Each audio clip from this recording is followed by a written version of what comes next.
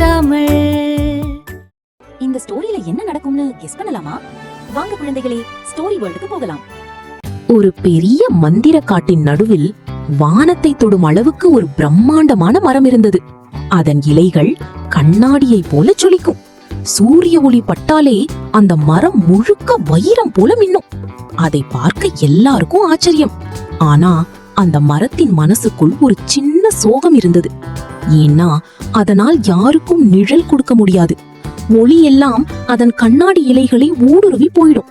நான் இவ்வளவு அழகா இருந்தும் யாருக்கும் உதவி செய்ய முடியலையே என்று அந்த மரம் தினமும் வருந்தியது. ஒரு நாள் காட்டில் மிக கடுமையான கோடை வந்தது. சூரிய வெப்பத்தில் காய்ந்தது. அந்த நேரத்தில் ஒரு குட்டி முயல் வெயில் தாங்க முடியாமல் அந்த மரத்தின் கீழே வந்து விழுந்தது. மரத்திற்கு அதை பார்க்க மிகவும் கஷ்டமாக இருந்தது. என்னால ஏதாவது செய்யணும் என்று அது முடிவு செய்தது. மரம் மெதுவாக தன் பெரிய கிளைகளை வளைத்தது.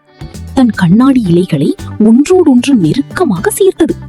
அப்படி செய்யும் போது அந்த அழகான இலைகள் ஒன்றன் மேல் ஒன்று மோதி உடைய ஆரம்பிச்சது. ஆனா மரம் நிற்கவே இல்லை.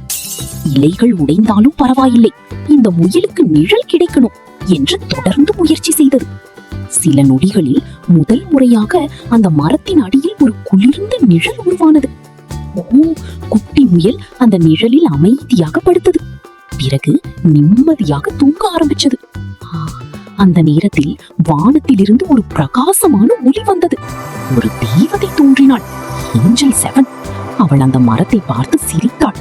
உன் அழகை விட உன் அன்புதான் பெரியது என்று அவள் சொன்னாள். உடைந்த உன் இலைகள் இனி மரகத பச்சையாக மாறும். அடுத்த நொடியில் மரம் முழுவதும் பச்சை நிறமாக மாற ஆரம்பிச்சது. அதன் கிளைகள் காட்டின் மிக குளிர்ச்சியான நிழலை தர ஆரம்பித்தன. பறவைகள், முயல்கள், எல்லா விலங்குகளும் அதன் கீழே சந்தோஷமாக ஓய்வு எடுத்தன. அந்த மரம் மெதுவாக சிரித்தது. இப்போதான் என் வாழ்க்கைக்கு உண்மையான அர்த்தம் கிடைத்தது. அழகு என்பது வெளியில இல்லை, பிறருக்கு உதவுவதில்தான் உண்மையான அழகு இருக்கிறது.